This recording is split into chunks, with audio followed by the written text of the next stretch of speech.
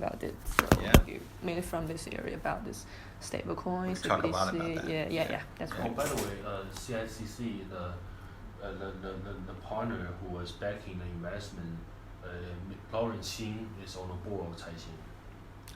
叫中文名字叫什么？新民一嘛，就是他们是跟胡老师是原来一个大院的嘛。Okay. He was the one who backed the CICC investment. Yeah. Led the series. He made a push. Friends in high places. Okay, so maybe just start with CBDC because recently, like Chinese central bankers tell a lot about that. What's your understanding of that? Do you ever read their proposal? Of course. Mm-hmm. Yeah. What's your understanding? So, I mean, I've read everything that I can, and I mean, I think first of all, I think I'm very excited about it. I think I have been of the view that central bank money represented using digital currency is the future of the global economy, and that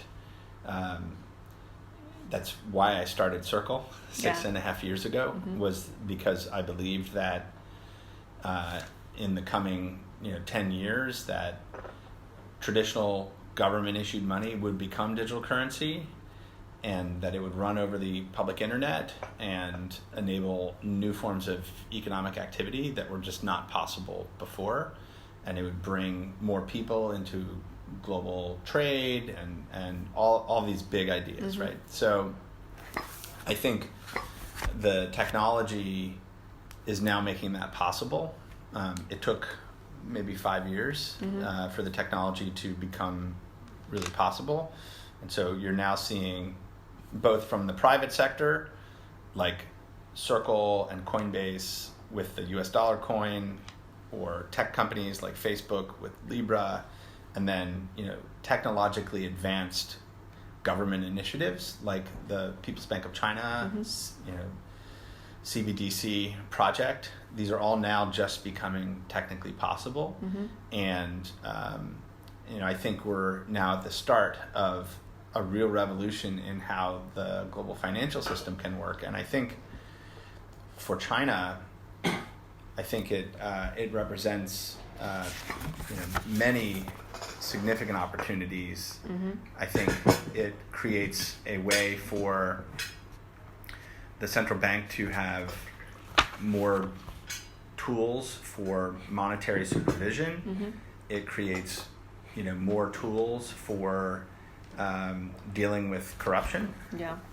I think that, but probably the most important area is that it potentially creates a way for the Chinese RMB to exist globally.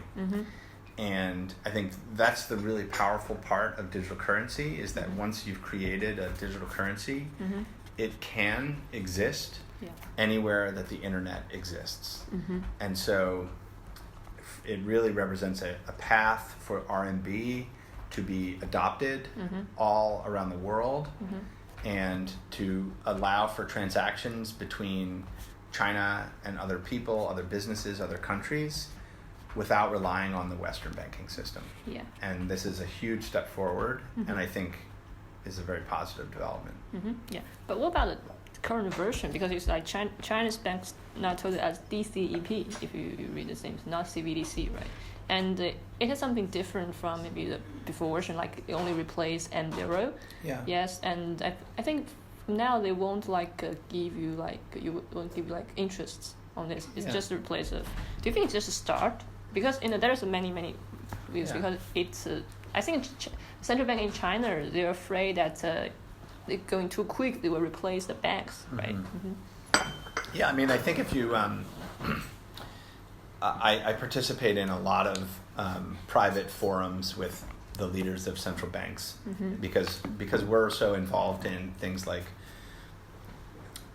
digital currencies, using things like dollars.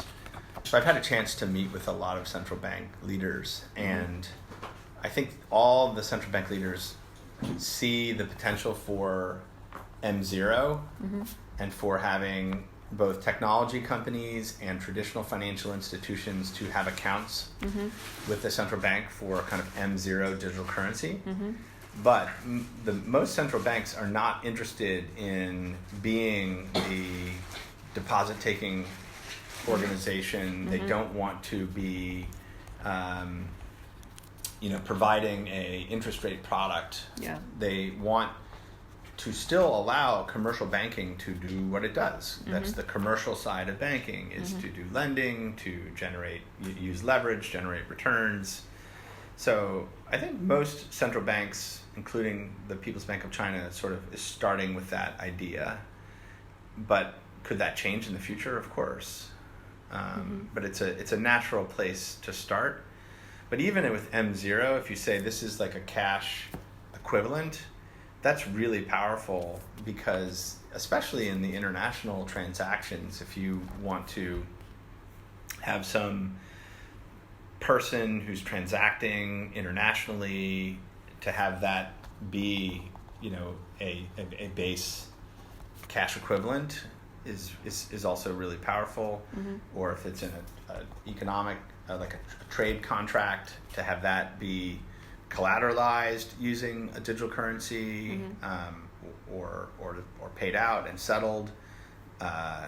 The ability to have digital FX markets where you have digital currencies for multiple currencies that can cross each other. That's all sort of M0 type of uses of money. And they all have to do with sort of the velocity of trade activity. But what do you think about, like, central bank side? They may not be using blockchain, right? They say that blockchain is not the only choice. It might be other choices. Yeah, I think that what's clear now is that the first version of this will be on a kind of permissioned distributed ledger system, but that it's using cryptographic primitives or kind of crypto foundations. And so in theory, the digital, it could be a digital asset that could be pegged onto a blockchain, right? So the technical possibility could exist for that. And it seems like they're open to the idea that at the commercial level, that people could build things with it that are on top of public blockchains. It's just, that's not right now, right? Yeah. I think that's something that would happen in the future. Yeah. Because I think PBOC's bankers, they test the Libra network in their environment, and they found it's too slow, to Yeah, I mean, it depends on there can be like the layer 0, layer 1, layer 2, these layered scaling techniques is all becoming possible. So you could have call it like the interbank core is a highly scalable centralized system, but then you could have other layers which are that allow for transactions to happen on a public chain, but then ultimately are settled with finality on the core central bank system. So, I mean, it's even similar to the way U.S. dollar coin works today, right? You have central bank money in a reserve bank in the U.S., and then you have U.S. dollar coin can transact between digital wallets around the world. And then if you want to ultimately redeem and get a bank transfer, you have to go back to the core interbank settlement system to do that. So there's ways to layer this so it still allows for the innovation of blockchains. Yeah, and you see it as a chance, right? That's a very big opportunity. But do you see it as a challenge? This kind of like the public sector will do this. Will that challenge the private sector? Like if we have CBDC, if the major central banks in the world have CBDC, why do they still need stable coins like Libra, like USDC or something else? Yeah, I mean, my view is that the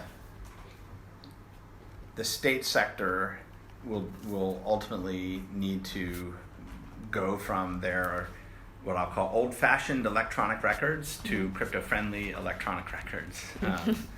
And as I like to say, the U.S. dollar is a SQL database running on a Sun Solaris machine. It's an Oracle database, right? So that's what the US dollar is. The US dollar is an Oracle database. So that's an old-fashioned way in a centralized way, to keep the records of the US dollar. That's how it's used. Now, can you start to have digital currency records that allow for the electronic records to move around the internet? I mean, these are advancements in record keeping, basically, that we're talking about, and they're advancements in how you can do transaction settlement.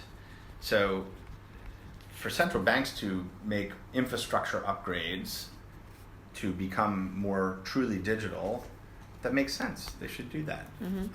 I think China's the furthest ahead in the world because the Chinese government plays a leadership role in infrastructure in all areas of society, but that isn't the case in the United States. The US government does not play a leadership role in infrastructure in society. It relies on the private sector to do that.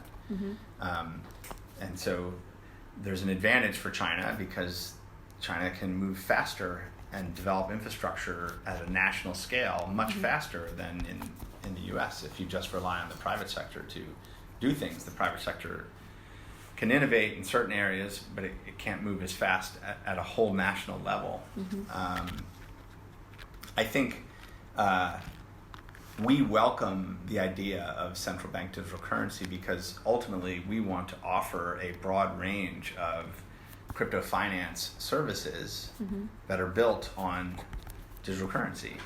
And so the growth in central bank digital currency will only help us to eventually build those other types of services.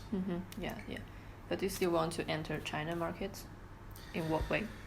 I mean, I've always been very interested in the vision of the internationalization of the RMB. And I think that one of the greatest economic opportunities of the next 30 or 50 years is the growth in China's trade and economic relationships all around the world.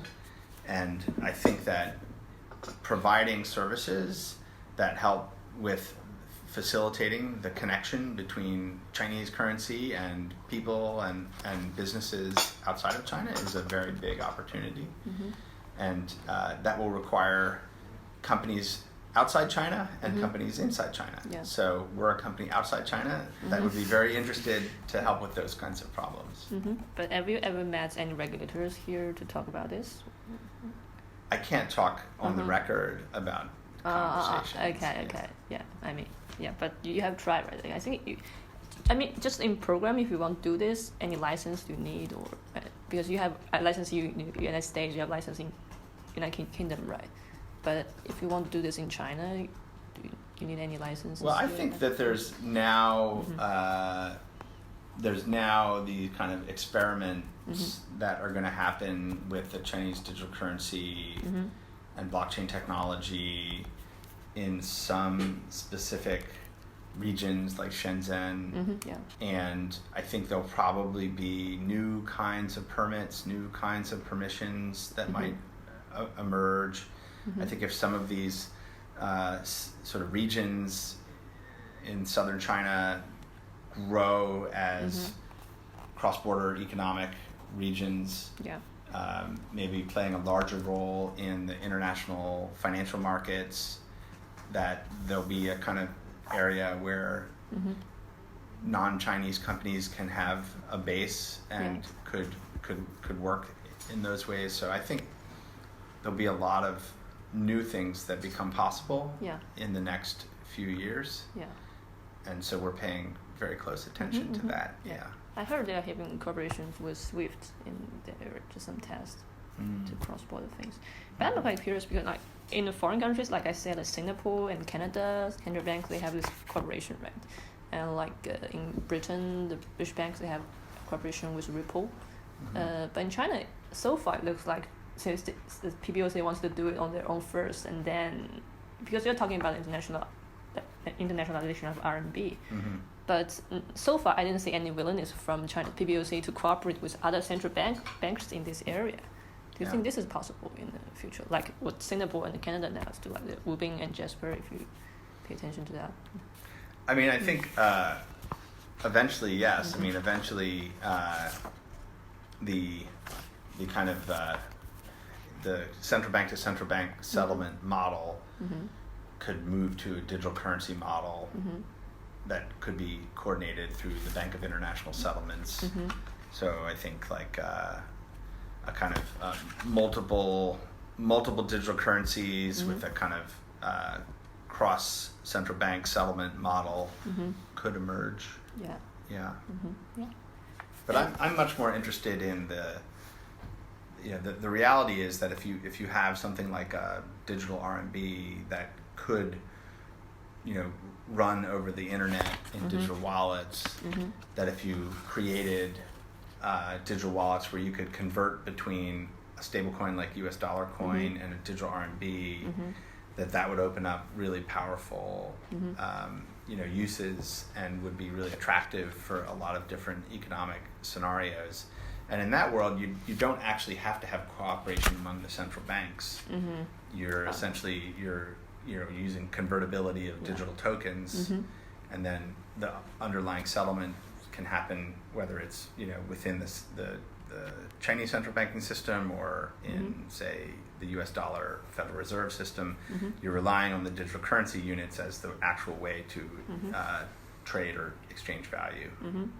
But what about some traditional players in this area, like Visa, like MasterCard? Would that do something in it? Because if you go like this innovation, like I think one day their business will be taken up because people don't need them anymore. Yeah. But what about their attitude? Are they doing something in it too? I think they're very. My impression is that the traditional like payment settlement companies they're skeptical, but they're curious. But I mean, I think the reality is that digital currencies and stable coins that run on public blockchains or a mixture of public and private blockchains will reduce the cost of settling a transaction to like zero, right? It will drive it to zero. And so companies whose core business model is providing a centralized clearing and settlement system, which takes a share, like a revenue share or a large fee to do that over the long run, those are going to be very challenged businesses. And so I think naturally this technology will drive payments to just be a free service on the internet that just anyone can perform, whether it's between a person and a business, will drive it towards zero. Yeah. And talking about your license, so do you not have like banking license in the United States or no? We don't have a banking license yet. But once you want to apply for that, right? Yeah. So we've looked at the option of a banking license at different times. I think what we have found is that for the business that we currently perform, which is providing the kind of cryptocurrency payment infrastructure, that the kind of it's the same as like the payments license and cross-border payments license, say in China, right? We can do those kinds of things. We could do cross-border, international, domestic, electronic payments. We can use cryptocurrency to do that. We don't currently offer things like lending, or we're not taking assets and then making investments with those assets. So I think if we changed our business to do some of those things, then we might look at a banking license. Okay. But in Britain, you have e-banking license. So in Britain, we have the same kind of thing. It's an e-money license, which is digital money, payments, cross-border FX, all these things. So we can do all these things, but we can't do lending, and we can't take the deposits and invest them. What other countries are you like trying to apply for something like besides US, Britain, China? No, not right now. Not right now. I think as what we do with stable coins and US dollar coin grows, there may be other business activities that we want to perform using stablecoins and digital currencies that could change the licenses that we look for. That could change. Yeah.